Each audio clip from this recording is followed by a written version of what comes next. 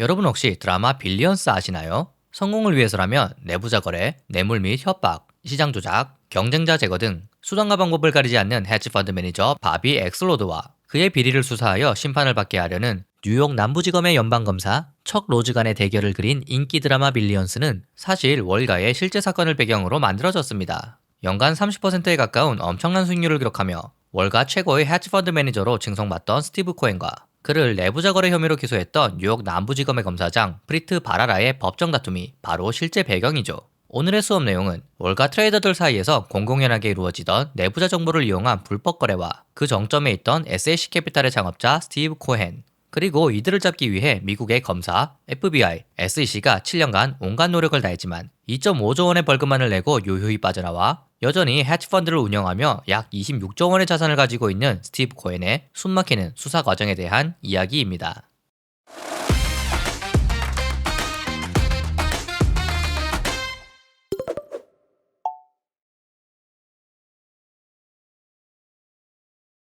1956년 뉴욕시에서 동쪽으로 32km 정도 떨어진 그레이트넥에서 8자녀 중 셋째로 태어난 스티브 코헨. 경제적으로 하위 계층이었던 코헨의 부모님은 늘 돈이 부족했습니다. 그런 코헨이 어릴 때부터 재능을 보이는 것이 있었으니 바로 포커. 그는 게임에 나온 카드들을 모두 외움으로써 상대가 어떤 카드를 가지고 있는지 훤히 꿰뚫어 보았죠.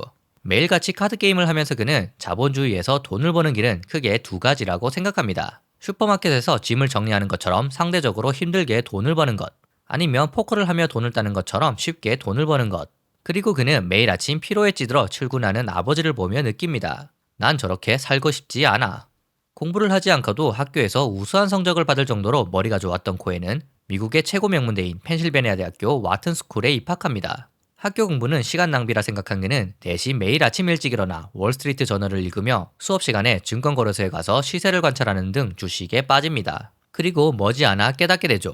주가가 어느 방향으로 움직일지 추측하는데 본인이 꽤나 재능이 있다는 사실을요. 오직 돈을 많이 버는 것에만 관심이 있던 코에는 와튼 스쿨을 졸업한 후 1978년 1월 그런탈 증권이라는 작은 증권사에 취업합니다. 그리고 출근 첫날 그는 컴퓨터를 보다가 한 주식을 지목합니다. 내일 아침 이 종목의 시초가는 오늘보다 높을 겁니다. 첫 출근한 풋내기 신입사원의 패기 넘치는 말을 모든 사람들은 웃으며 넘겼습니다. 그리고 코엔은 그 주식으로 하루 만에 8,000달러를 벌었죠.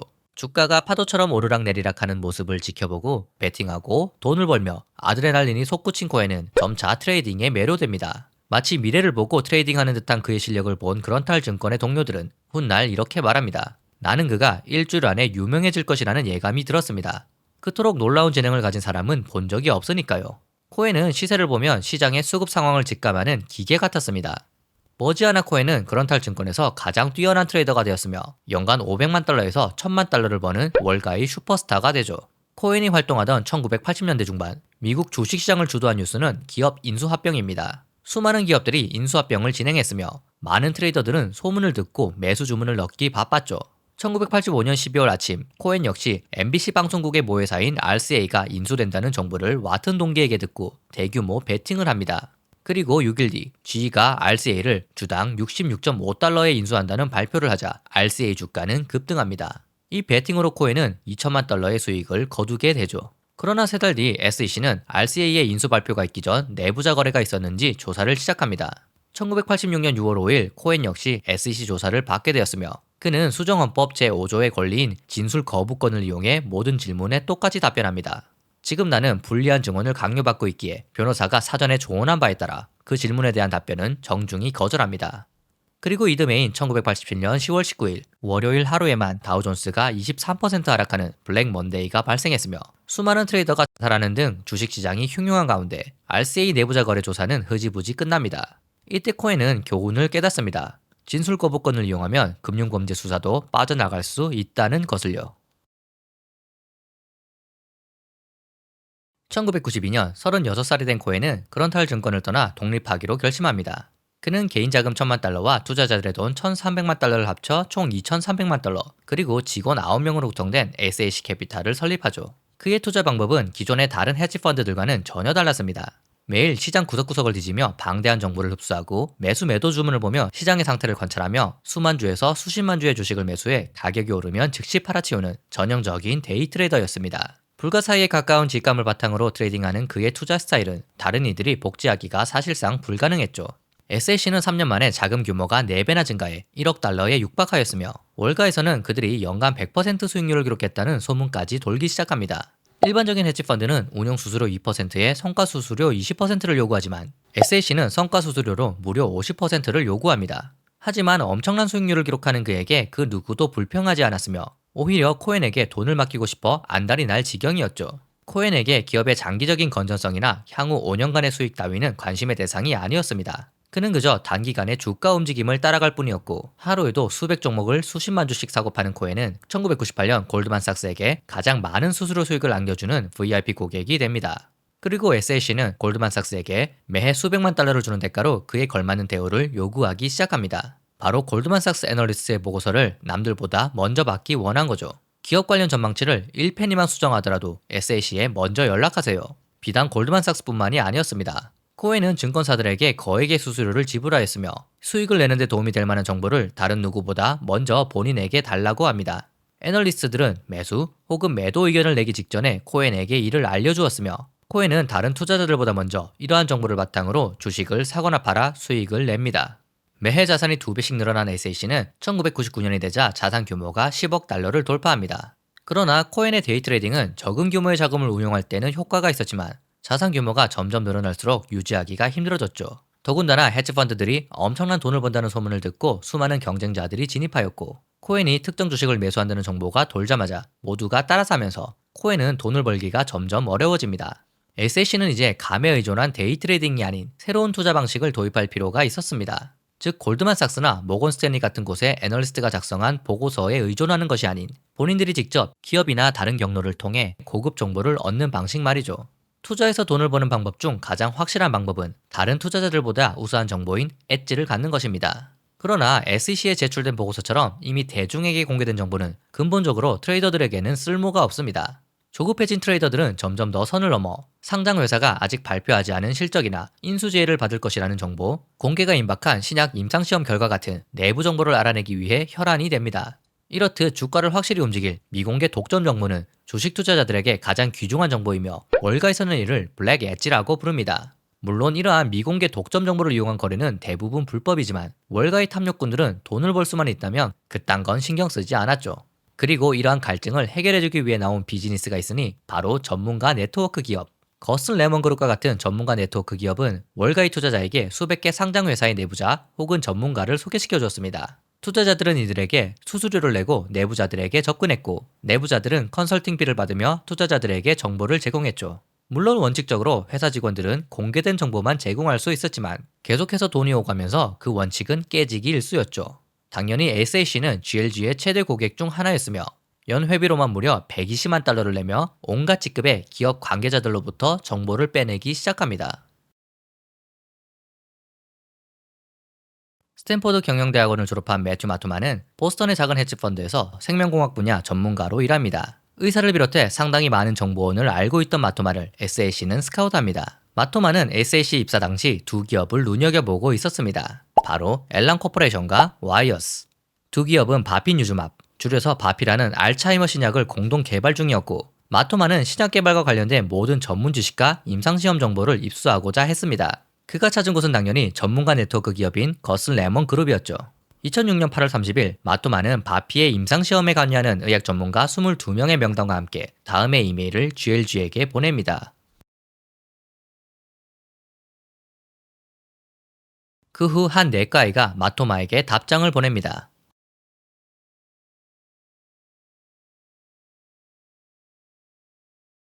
그는 바로 미시건 대학교 메디컬 스쿨의 석좌 교수이자 존경받는 신경과 전문의이며 알츠하이머병 분야의 권위자인 시드 길먼이었습니다. 2004년부터 길먼은 바피의 임상시험 감시위원회 위원장으로 활동하고 있었죠. 어릴 적부터 우울증을 앓던 첫째 아들이 1983년 자살하는 아픔을 겪은 그는 사생활이 거의 없이 연구에만 몰두하였습니다. 그러던 중 GLG를 통해 트레이더와 애널리스트들과 접촉한 그는 연간 수십만 달러를 컨설팅비로 받게 되고 점점 이 활동에 빠져들죠. 사실 길먼뿐만 아니라 당시 의학계는 이미 월가에게 포섭당하고 있었습니다. 더 많은 의학 전문가들이 돈을 받고 펀드 매니저들에게 정보를 제공하고 있었죠.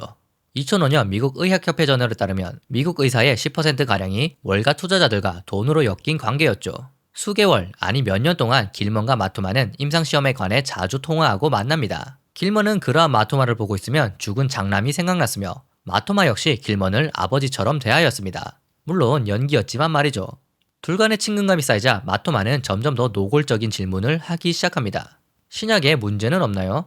부작용이 있는 건 아닌가요? 마토마를 아들처럼 여긴 길먼은 본인조차 눈치채지 못하는 와중에 바피 연구에 대한 세부 기밀사항을 정기적으로 알려주게 됩니다.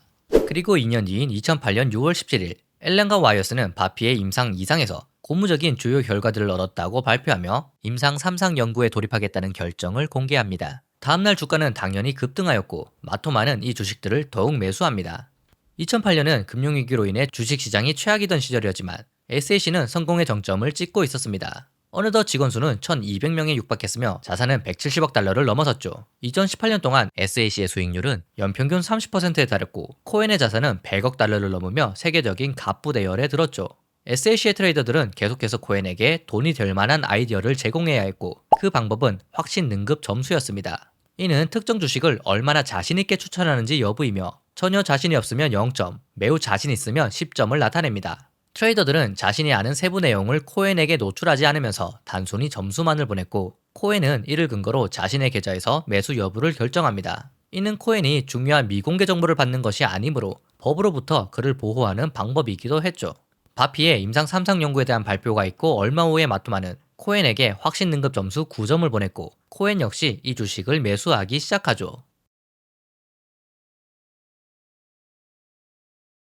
두 제약사는 2008년 7월 28일 시카고에서 열리는 국제 알츠하이머 컨퍼런스에서 바피의 임상시험 최종 결과를 발표하기로 결정하고 이를 발표할 사람으로 길먼을 선택합니다. 이로써 길먼은 임상시험 결과를 모두 볼 수 있는 최초의 인물이 되었고 본인이 발표자로 뽑혔다는 사실을 비밀로 유지했어야 하지만 즉시 마토마에게 알려주었죠. 최종 결과 발표 약 2주 전인 2008년 7월 17일 발표 자료를 검토하던 길먼은 마토마로부터 전화를 받게 되었고 둘은 1시간 반 동안 자료의 세부 내용에 대해 이야기합니다. 그리고 이틀 뒤인 2008년 7월 19일 마토마는 길먼을 만나기 위해 직접 찾아온 후 이렇게 말합니다. 컨퍼런스 발표 자료 좀 볼 수 있을까요?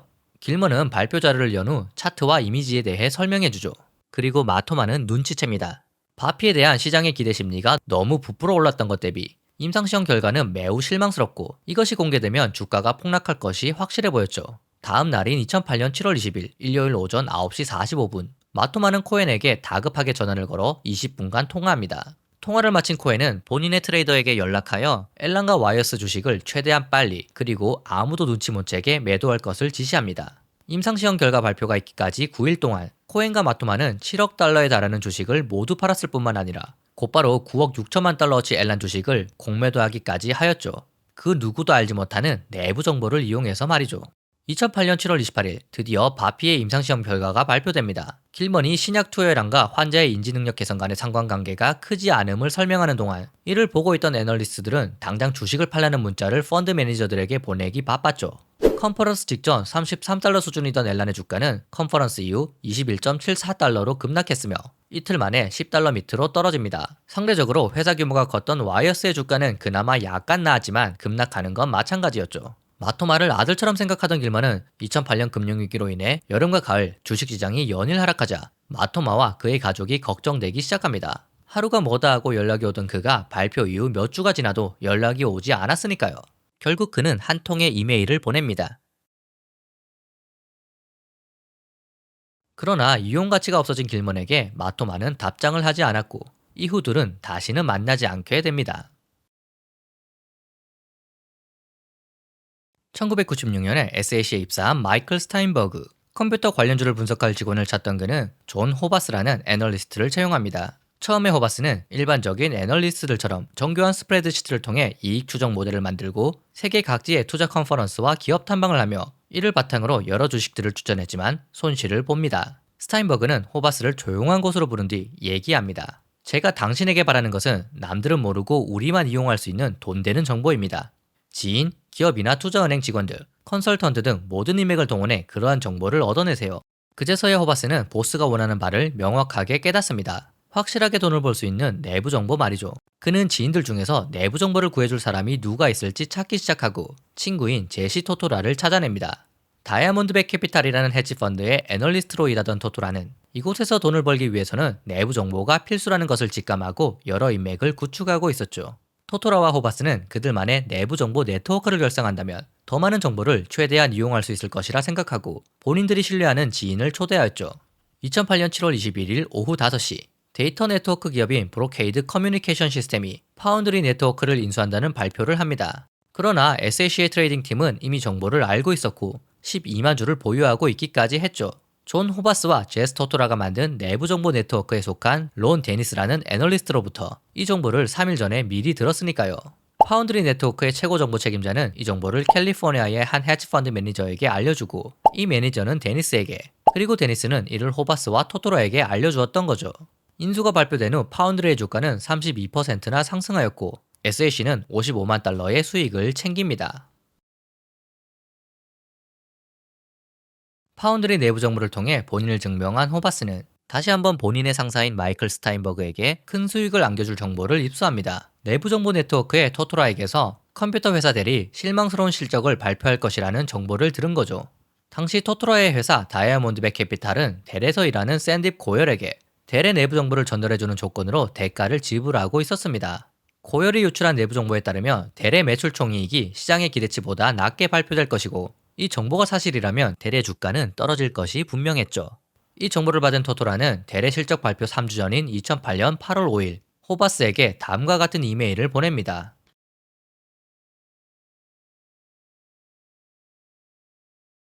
이메일을 받은 호바스는 곧바로 스타인버그에게 보고했으며 스타인버그는 델 주식을 공매도하기 시작합니다. 2주 뒤인 2008년 8월 18일 새로운 내부 정보를 받은 토토라는 델의 실적이 실망스러운 수준을 넘어 아주 참혹할 것이라고 내부 정보 네트워크에 말하였으며 2008년 8월 26일 오후 1시경 호바스는 SAC의 포트폴리오 매니저인 스타인버그 그리고 가브리엘 플로킨에게 다음의 이메일을 보냅니다. 참고로 가브리엘 플로킨은 예전 영상에서 다뤘던 게임스탑에 공매도했다가 문을 닫은 멜빈 캐피탈의 설립자인 플로킨입니다.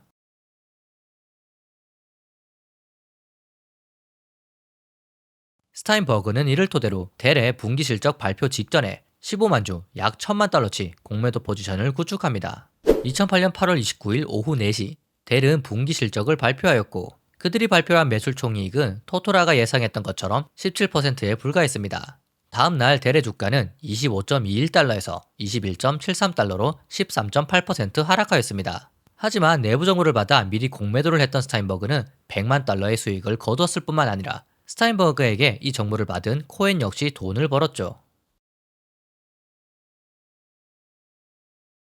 금융사기 사건 전문 변호사로 유명한 마이클 보위는 2004년 바이오벨의 CEO 유진 멜릭과 만납니다. 멜릭은 주가를 강제로 끌어내리려는 공매자들에게 바이오벨이 표적이 되었으며 특히나 SAC가 바이오벨에 관한 부정적인 소문을 퍼뜨리고 있다고 생각합니다. 멜릭에게 의뢰를 받은 보위는 SAC의 움직임을 조사하기 시작했고 2006년 2월 23일 코엔과 SAC 직원들이 바이오벨의 주가를 조작했다며 소송을 제기합니다. 이 소식을 들은 언론은 관심을 보이기 시작했으며 CBS의 시사 프로그램 60 미니츠에서는 2006년 3월 말 베링 오너퍼를 통해 바이오벨의 소송을 다룹니다. 방송에서는 대다수의 미국인들이 존재하는지조차 몰랐던 거대한 금융 네트워크가 있으며 그 정점에는 스티브 코엔이 있다고 묘사하죠. 이 방송이 나가고 몇 주 뒤에 보위는 캐나다의 보험사 페어팩스로부터도 연락을 받습니다. 모건 키건이라는 애널리스트가 몇몇 헤지펀드들과 손잡고 페어팩스에 관한 거짓된 정보를 퍼뜨리고 있으며 여기에 SAC가 연루되어 있다는 것이었죠. 이에 대해 보위가 조사한 결과 키건은 페어팩스에 관한 리포트를 발표하기 전 SAC와 다른 헤지펀드들에게 이를 이메일로 미리 보냈으며 주가를 떨어뜨리기 위해 FBI와 SEC가 페어팩스의 회계 부정 가능성을 조사하도록 로비까지 하였죠. 2006년 7월 26일 보위는 이 문제에 관해서도 SAC를 고소합니다. 그리고 얼마 후 뉴욕 남부지검증권팀의 검사가 보위를 부릅니다. 그곳에는 FBI 수사관인 BJ 강, SEC의 조사관도 있었죠. 그들은 보위에게 160쪽에 달하는 고소장 내용에 대해 자세히 알려달라고 하였으며 보위는 3시간에 걸쳐 헤지펀드의 내부자 거래 및 주가 조작에 대해 설명합니다. 그렇게 내부자 거래에 대한 FBI, SEC, 검찰의 대대적인 조사가 시작됩니다. 4개월 후 FBI 수사관 강은 보위에게 전화를 합니다. 한국 이민자 가정에서 태어나 성실하게 자란 강은 FBI 증권사기 수사팀에 합류한 지 얼마 되지 않았고 금융가의 정보원이나 증인들과 면담할 때마다 공통적으로 거론되는 이름이 있었죠. 바로 SAC 캐피탈, 그리고 스티브 코헨. 보위에게 4시간가량 헤지펀드 그리고 전문가 네트워크에 대해 설명을 들은 강은 헤지펀드 업계의 비윤리성에 충격을 받습니다. 이후 FBI 요원들은 내부 정보 거래 사건을 조사하기 시작합니다. 2007년 7월 FBI 요원 데이비드 맥콜은 한 헤지펀드 애널리스트를 체포합니다. 스위스 은행인 UBS의 신고로부터 주식이나 채권 등급의 변경을 발표하기 전에 미리 정보를 받아 거래하고 있다는 혐의로 말이죠. 이들은 FBI에게 협조하기로 결정하고 월가의 친구들과 정보원들에게 일부러 전화를 한 뒤 통화 내용을 녹음합니다. 그리고 2008년 3월 7일 SEC와 FBI, 뉴욕 남부지검은 1년간의 수사 결과를 바탕으로 헤지펀드 매니저들의 휴대전화 도청 신청을 연방법원에 제출하여 허가를 받습니다. 미국 역사상 최초로 FBI가 월가 트레이더들의 실상을 엿볼 수 있게 된 것이죠. 출발점은 라자나트럼이었습니다. 스리랑카 출신으로서 갤리언이라는 헤지펀드를 설립한 라자나트람은 자산이 약 1조 6천억 원으로서 포브스 선정 미국 부자 순위 236위에 오르는 등 월가에서 가장 유명한 트레이더 중 한 명이었습니다. 그러나 그가 내부 정보를 이용해 거래한다는 소문이 파다했죠. 2008년 7월 FBI는 도청 내역에서 증거를 포착합니다.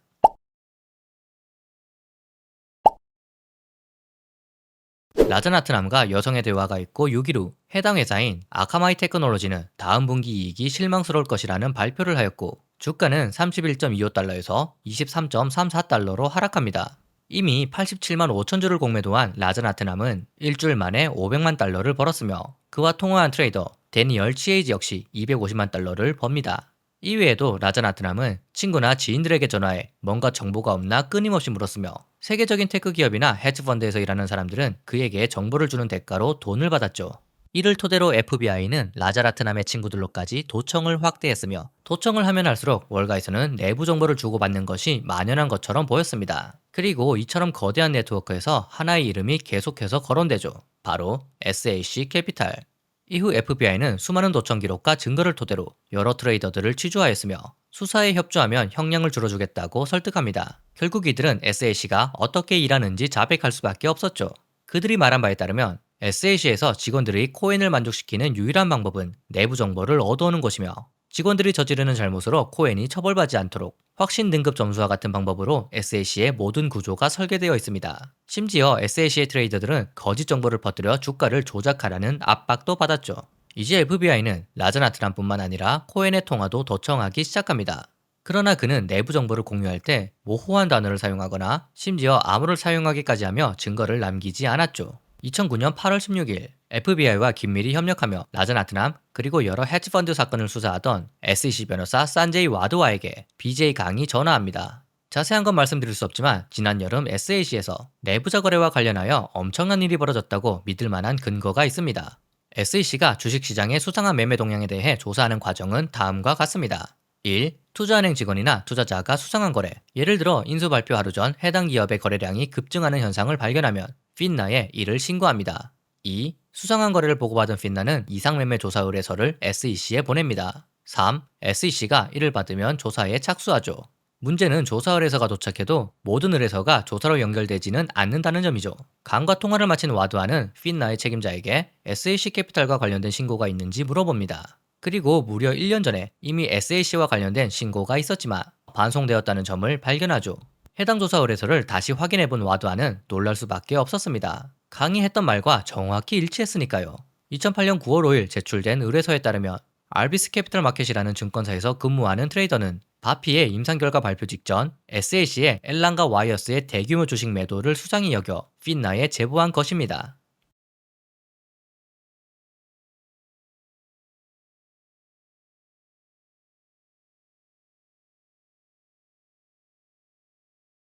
1년 이상 라자나트람을 도청하고 그를 감시하던 FBI에게 2009년 10월 15일 새벽 하나의 정보가 들어옵니다. 다음 날인 10월 16일 그가 런던으로 가는 비행기표를 방금 전 구입했다는 것이죠. 만약 라자나트람이 미국을 뜰 경우 범죄인 인도 절차에만 수년을 허비할 가능성이 높기에 FBI는 라자나트람과 일당을 체포할 팀을 급하게 구성했고 다음 날 새벽 6시 자택을 급습하여 그를 체포합니다. 그리고 그날 오후 뉴욕 남부지검 검사장 프리트 바라라는 이와 관련하여 기자회견을 엽니다. 이 뉴스를 본 SAC 캐피탈의 직원들은 심장이 오그라듭니다. 만약 당국이 이와 관련해 대대적인 수사를 진행한다면 본인들 역시 조사받을 게 뻔했으니까요.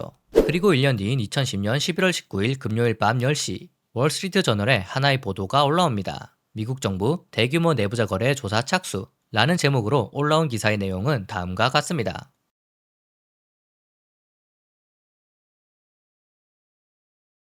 기자는 FBI와 SEC가 극비리에 진행하고 있던 수사 내용을 놀랍도록 상세히 보도하였습니다. 이는 수사당국 입장에서는 충격일 수밖에 없었죠.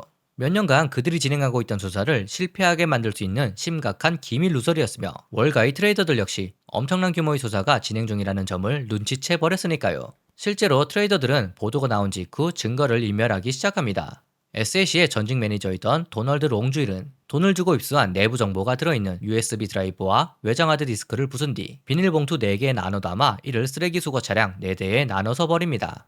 롱주일과 내부 정보를 공유한 헤지펀드 매니저 사미르 바라이 역시 TSMC에서 근무한 덕분에 대만 그리고 실리콘밸리에 정보원이 많았고 엔비디아의 내부자로부터 매출액, 매출 총이익, 순이익 수치를 소수점 단위까지 정확하게 보고받았죠. 바라이는 본인 회사의 직원에게 모든 스마트폰 메시지를 삭제하고 사무실로 가서 모든 문서를 파쇄하고 모든 컴퓨터 파일을 암호화하라고 지시합니다. 그러나 그녀는 모르고 있었죠. 이미 그녀의 부하 직원도 한 달 전부터 FBI의 수사에 협조하고 있었다는 사실을요. 바라이가 보낸 문자를 본 강은 욕을 할 수밖에 없었습니다. 모든 월가의 직원들이 이들처럼 증거를 없애고 있다면 늦기 전에 FBI가 나서야 했으니까요. 주말 동안 광란의 증거인멸 소동이 벌어진 월스트리트에 월요일 아침 위장 경찰차 그리고 FBI 요원이 대기합니다. 이들은 SAC와 밀접한 관계에 있는 다이아몬드백 캐피탈, 레벨 글로벌 등의 헤지펀드를 긴급 압수수색하여 휴대전화, 노트북, PC, 노트패드, 회사 서버를 수거해 갑니다. 또한 다수의 전직 SAC 직원들을 찾아가 녹음된 통화 내역을 들이밀며 FBI에 협조할 것을 요구하죠. 2011년 5월 라지라자나트남은 증권 사기 혐의 9개와 공모 혐의 5개에 대해 모두 유죄 판결을 받았으며 징역 11년형에 벌금 1천만 달러 및 5,380만 달러 규모의 재산도 몰수됩니다. 다른 트레이더들 수십 명도 기소되거나 유죄를 선고받았죠. 이로써 SAC와 코엔에 대한 조사는 한층 더 탄력을 받습니다. 바피의 임상시험 결과 발표 이전 SAC의 엘란과 와이어스 주식에 대한 이상 매도를 조사하던 SEC의 변호사는 발표자였던 길먼을 정보가 흘러나간 출처로 의심하였고 그의 통화 기록을 확보합니다. 그리고 그와 수십 차례 통화한 매튜 마토마가 눈에 띌 수밖에 없었죠. 연결고리는 너무나 명확해 보였습니다. 주가를 급락시킬 중요한 신약 관련 발표가 있었고 발표자는 사전에 임상시험 정보에 접근 가능한 의사였으며 그 의사는 SAC 트레이더에게 상담해주는 대가로 막대한 돈을 받았다. 이보다 완벽한 설명은 없었으니까요. 2006년부터 2011년까지 지난 5년간 수많은 도청과 협력자 포섭, 수사 덕분에 월가의 수많은 트레이더들이 법의 심판을 받았지만 이들의 최종 목표인 스티브 코엔을 잡을 만한 구체적 증거는 여전히 나오지 않았죠. 그렇기에 FBI와 검사들에게 있어 길먼과 마토마는 반드시 포섭해야 할 증인이었습니다. 먼저 2011년 8월 FBI 요원 강은 길먼을 찾아갑니다. 박사님의 내부자 거래 혐의에 대해 얘기하고자 왔습니다. 박사님은 매튜 마토마에게 비밀 정보를 제공했습니까? 강과 무려 1시간 20분 동안이나 대화한 길먼은 SEC로 찾아가 진술하겠다고 말합니다. 2011년 11월 8일 강은 이제 마토마를 찾아갑니다. 우리는 선생님이 SAC 재직 시절 진행한 내부자 거래 때문에 왔습니다. 2008년 7월 있었던 엘란 주식 거래 말입니다. 이를 들은 마토마는 충격으로 인해 정신을 잃고 쓰러집니다. 정신을 차린 그를 강은 설득하기 시작합니다. 우리는 스티브 코엔을 원합니다. 선생님은 현재 어려운 상황에 있지만 빠져나올 수 있도록 제가 전력을 다해 도와드릴 겁니다. 이듬해인 2012년 2월 2일 길먼은 마토마 사건에 대해 진술하기 위해 SEC를 방문합니다. 그러나 그는 수사진이 마토마의 이름을 언급하거나 둘 간의 관계를 물으면 무슨 말을 했었는지 전혀 기억나지 않는다며 발뺌했죠. 그리고 다음 날인 2012년 2월 3일에는 마토마가 진술을 위해 SEC를 방문합니다. 그의 옆에는 SAC에서 비용을 내주는 초호화 변호인단이 함께하고 있었죠. 마토마는 과거 코엔이 했던 것과 동일하게 미국 수정헌법 제5조에서 보장된 진술 거부권을 행사하며 다음과 같이 말합니다. 변호사의 조언에 따라 나는 자신에게 불리한 진술을 거부할 수 있다는 미국 헌법이 보장하는 권리에 입각하여 현재의 질문에 대한 답변을 정중하게 거부합니다. 비록 길먼과 마토마가 부인하였지만 SEC는 SAC 캐피탈의 내부자 거래에 대한 추가적인 증거도 발견합니다.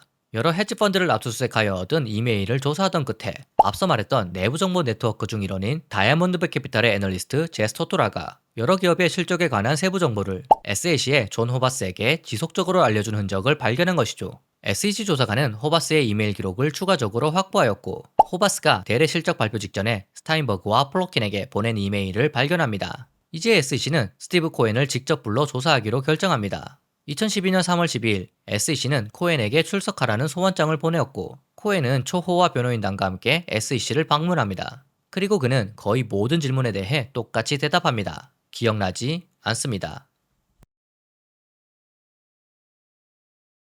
2012년 8월 길머는 갑작스럽게 태도를 바꿔 SEC 조사관들에게 협조하겠다고 말합니다. 그는 바피의 임상시험에 관한 내부 정보를 마토마에게 전했으며 컨퍼런스 2주 전에는 파워포인트 자료를 보내주었다고도 인정하였죠. 결정적인 증거를 확보한 FBI는 마토마를 긴급 체포했으며 그의 체포 소식은 모든 언론에서 보도됩니다. 몇 달이 지난 2013년 코엔은 이 사건을 하루빨리 종결하여 향후 기소당할 위험에서 벗어나고자 했으며 변호사를 통해 매튜 마토마 그리고 마이클 스타인버거와 관련된 사건을 합의하고 싶다는 의사를 전달합니다. 그가 원했던 딜은 불법 거래에 대한 회사의 책임 문제를 SEC와 합의하는 것이죠. SEC는 SAC가 앨런과 와이어스에서 2억 7,500만 달러, 델에서 640만 달러의 부당 이득을 챙겼다는 것을 근거로 약 6억 달러의 벌금을 정부에 납부하라고 제안합니다. 이는 라지 라자나트남이 납부한 금액의 약 4배이며 SEC가 받아낼 역대 최대 벌금이었습니다. 그리고 2013년 3월 15일 SAC는 이에 동의합니다. 하지만 SEC 변호사들은 여기서 멈추지 않았습니다. 이는 SAC에 대한 합의였지 스티브 코엔 개인의 혐의에 대한 합의는 아니었으니까요. 그들은 계속된 수사를 통해 추가적인 증거들을 발견했으며 결과적으로 스티브 코엔 개인을 기소해 영원히 업계에서 퇴출시키고자 했습니다. 진실의 파편은 이렇습니다. 2008년 8월 26일 오후 1시 9분 SAC의 애널리스트 존 호바스가 내부정보 네트워크에 제스토토라에게 들은 정보를 토대로 마이클 스타인버그와 가브리엘 플로킨에게 이메일을 보냅니다. 4분 뒤인 오후 1시 13분 플로킨은 해당 이메일을 코엔의 직속 직원인 앤서니 바카리노에게 전달합니다. 오후 1시 20분 바카리노는 코엔의 개인 이메일 주소와 회사 이메일 주소로 델 관련 이메일을 전달합니다. 오후 1시 37분 바카리노는 코엔의 휴대폰으로 전화를 걸어 1분간 통화를 합니다. 2분 후인 1시 40분 코엔은 델 주식 20만 주를 매도했으며 장 종료 때까지 보유 중인 50만 주를 모두 매도합니다. 이틀 후에 델은 실망스러운 실적을 발표하고 주가는 급락합니다. 이러한 증거를 토대로 코엔을 잡기 위해 2013년 3월 29일 FBI 요원들은 먼저 스타인버그를 체포합니다. 델의 내부 정보를 이용한 공매도를 통해 그가 번 돈은 겨우 100만 달러밖에 되지 않지만 스타인버그의 체포는 중요한 메시지를 담고 있습니다. 그는 코엔에게 있어서 아들과도 같은 측근이며 코엔과 가까운 인물이 수갑을 찬 채 집에서 끌려 나온 최초의 살해니까요. 증권 사기의 공소시효는 불과 5년이기에 2008년 7월 발생한 앨런 거래, 2008년 8월 발생한 델 거래를 기소하기 위해 검찰은 고작 3에서 4개월의 기간밖에 남지 않았으며 황급히 코엔을 기소합니다.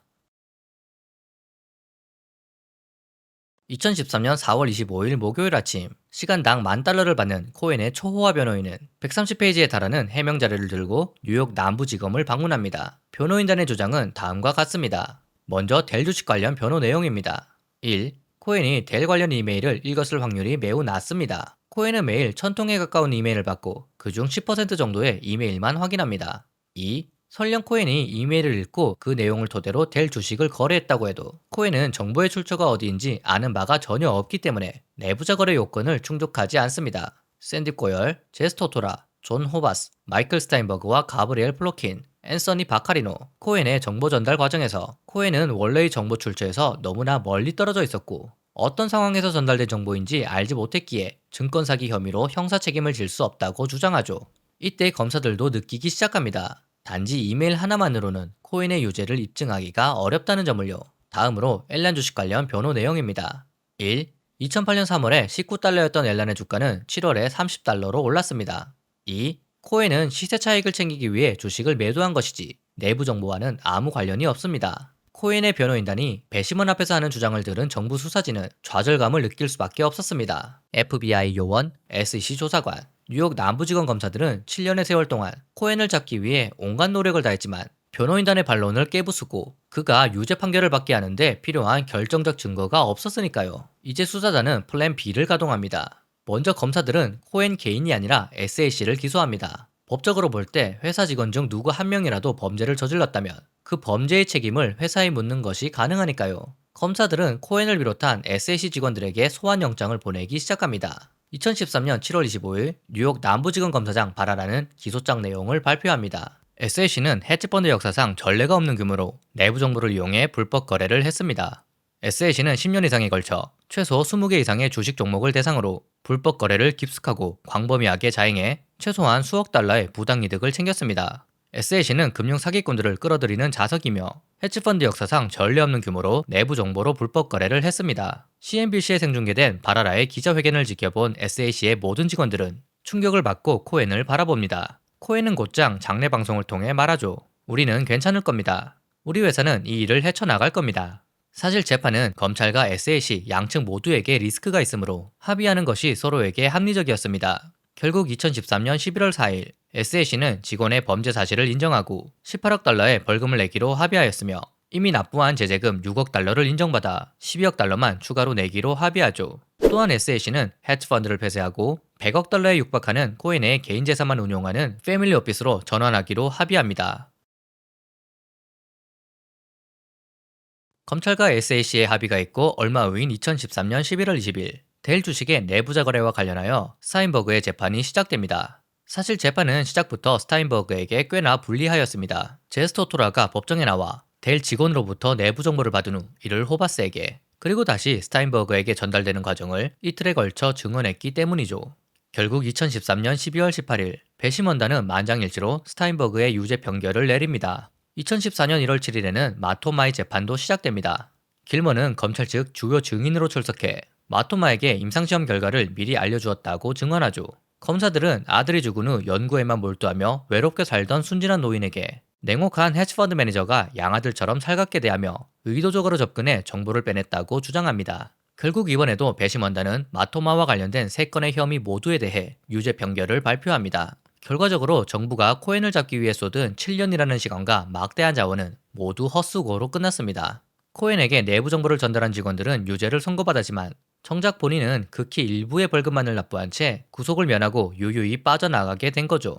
더욱 놀라운 사실은 내부 정보로 유죄 판결을 받았던 여러 헤지펀드의 직원들이 기업 내부자에게 직접 들은 것이 아니라 친구나 직원에게서 간접적으로 정보를 들은 것이며 미공개 정보를 이용한 혐의로 트레이더를 기소하려면 최초의 정보 제공자가 받는 혜택을 해당 트레이더가 알고 있어야만 한다는 이유로 항소심에서 모두 무죄 판결을 받고 풀려납니다.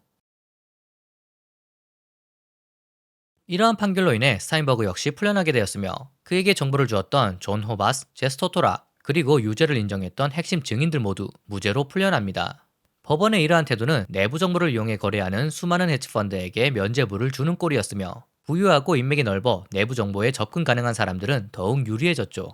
이러한 판결로 힘이 빠진 SEC 역시 2013년 코엔을 고소했던 건과 관련하여 2년간 외부 투자자의 돈을 관리하지 못하는 제재만 가하기로 합의한 채 2016년 1월 사건을 마무리합니다. 코엔과 SAC 사건을 담당했던 검사들은 더 많은 돈을 주는 곳으로 자리를 옮깁니다. 코엔의 변호인단이었던 로펌으로, 화이트 칼라 범죄를 전문으로 변호하는 로펌으로, 혹은 헤지펀드의 법률 고문으로 이동하죠. 마토마의 고소를 감독했던 SEC의 변호사 역시 코엔의 변호를 맡았던 로펌으로 들어갑니다. 결국 코엔을 잡기 위해 정부가 쏟아부은 노력이 코엔과 헤지펀드들의 법률 고문으로 취직하기 위한 오디션이 된 꼴이죠. 거의 유일하게 실형인 징역 9년형을 선고받은 마토마는 2021년 조기 출소합니다. 2014년 4월 포인트 72 에셋 매니지먼트로 이름을 바꾼 코엔의 회사는 2018년부터 헤지펀드 업계에 복귀합니다. 전 세계에 3천여 명의 직원을 보유하고 있는 포인트 72는 SAC 캐피탈 때와 마찬가지로 매해 뛰어난 수익률을 기록하고 있으며 운용 자산이 약 45조 원에 달하자 외부 자금의 유입을 당분간 제한하기까지 합니다. 스티브 코엔의 자산은 2024년 8월 기준 무려 200억 달러, 약 26조 원에 달합니다. 이런 막대한 돈을 바탕으로 그는 파블로 피카소, 클로드 모네, 에두아르 마네, 제프 쿤스, 앤디 워홀 등의 미술품을 사는데 1조 원 넘게 지출하고 있습니다. 또한 2020년 9월에는 24억 달러, 약 3조 원을 들여 뉴욕 매츠 지분의 97%를 인수하여 현재는 뉴욕 매츠 구단주로도 활동하고 있습니다. 참고로 스티브 코엔과 SAC 캐피탈을 잡기 위한 수사팀의 이야기는 블랙 엣지라는 책에 나와 있으니 관심 있으신 분들은 한번 읽어보시기 바랍니다.